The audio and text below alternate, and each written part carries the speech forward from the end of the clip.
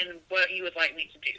Yeah. To score points, in your opinion. You Yeah. know what I'm saying? Like, if I wrestle this chick and I, like, hold her down, and this isn't what happened in this particular fight, this is an example. If I'm wrestling this girl and I lose because the guy was a jiu-jitsu ref and he saw her attempt, like, 12 arm bars, but didn't get any of them, but attempt them, and he gave her points for attempting. I mean, how terrible is that? Like, if I was striking and doing, obviously I'm doing more things, but, you know, like, that's a big gray area. Yeah. Yeah. I'm not saying that there's a way to make it all the same, you know, because that would probably be pretty hard, but there should be at least a reason to at least allow open scoring. If it hurts your mentality or your feelings or whatever, you know, then that's something that needs to be dealt with you as a person, you know. But if it helps the athletes know. Mm-hmm. Even if you didn't want to know. Yeah. Maybe your opponent does. You know, there should be the option for the people, which is why I kind of liked how Invicta did it when they were like, give them the option. Yeah, you know, and like I said, sometimes that, you know, the coach will filter that information kind of like, not exactly like you're losing, we're like, well, this is not working, we need to fix something.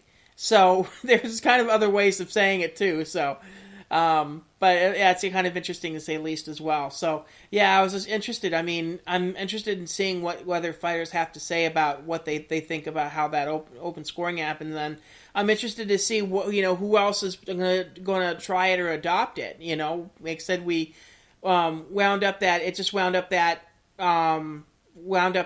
time kind of ran out, and you know, when the crisis happened.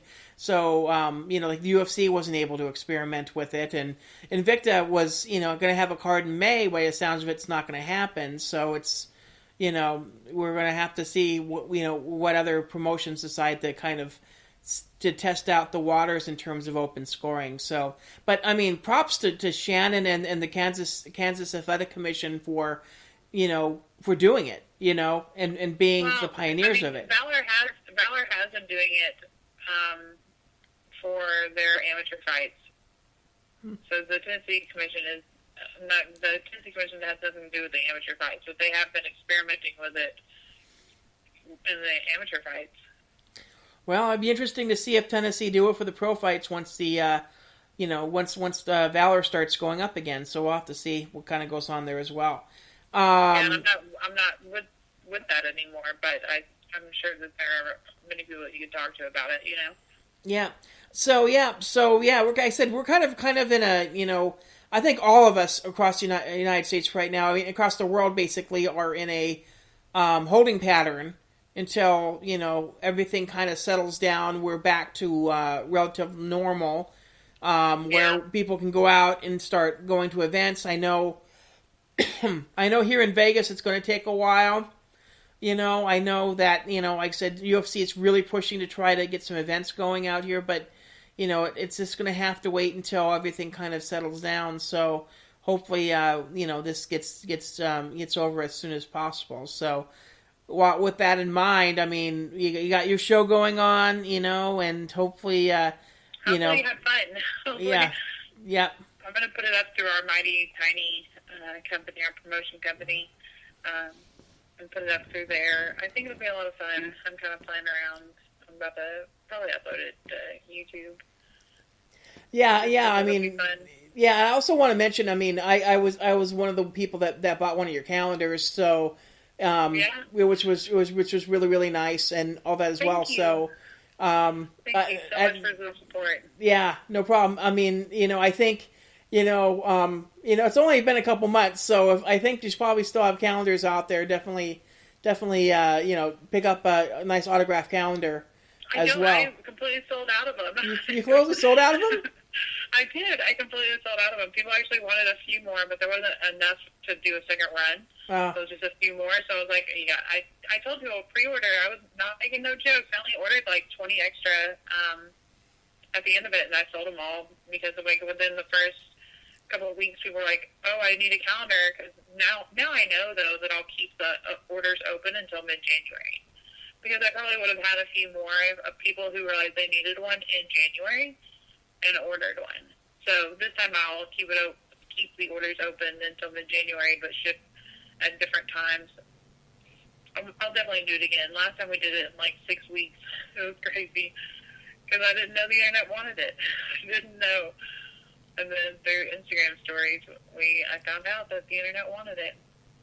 Yeah, exactly. So, I mean, yeah, definitely. I mean, well, you can see some of the pictures on Instagram as well. So if you missed out on getting your calendar, then definitely do that as well. There's a couple that'll never go on there. People will be sad. Yeah, exactly. They're like, well, you're going to release them. I'm like, no, I'm not. I'm like, no. And even the ones that I have released, I edited a little bit differently. So I'm like, nope. You had to drop the calendar. So I wasn't joking. I think some people on Twitter thought I was joking. I was like, no, I'm not going to release them. Those some people who are like, well, I don't want to pay. I'm like, well, then you don't get it. I'm like, you guys act like I don't need money to pay my rent or my bills. Like, there's a reason it's a martial artist is because we usually we're starving artists too, you know? Not to mention, you just launched a business, so, you need every penny, as it were, so yeah. Exactly, double entrepreneur. Yeah, exactly. Scared. I'm like, sometimes it's a little uncertain, but I'm at the same time, I'm like, well, not out yet. So we're going to keep going. I think it'll be fine. I think it'll be a couple of months of really hard time, and we'll kind of unite and come together, at least for Knoxville. I think Knoxville is a kind of different type of city. I think everybody will rally together and make sure that none of the businesses end up having to close, at least, like, not because of this, not because of, like, something they can't really control. We have a lot of small business here, a lot. Yeah, like I said, it's crazy here. Just the casinos are completely shut down, which is something that has probably never happened in anything, maybe around 9/11 maybe, but this is crazy. I mean, it's been the casino's been shut down, for a couple weeks now, and like I said, it's kind of crazy. The only thing that's really running right now is the construction work, which is and it was one of the bright sides, because all the roads are getting fixed with a lot of people not going out driving. So the roads are getting fixed. I'm hoping that the casinos, after they get done sanitizing their rooms, will do some upgrades as well. So it gives them a nice little breather. So it's just kind of crazy out here just to see how everything's kind of going. But hopefully everything kind of passes the time, as it were, as well. But it was fun hanging out with you and the other guys on the show, and doing that as well. So. Yeah, I'm interested to see kind of where everything kind of heads in the next couple of weeks. But like I said, I'm just like I said on your show. I mean, I think it's good. As much as we got downtime and we can't work, there are still things that we've had on our to-do list that we need to get done, and I'm starting to scratch those things off one by one. So hopefully within the next month, I'll have that list down to maybe one or two things, if not everything that I've needed to get done, but I'm putting on the back burner because life is in the way. So I hopefully everybody gets that same sentiment where we can try to get some stuff done. Too. So I hope so. That way people can actually start to have a little bit of normalcy. I'm not sure that will ever look the same.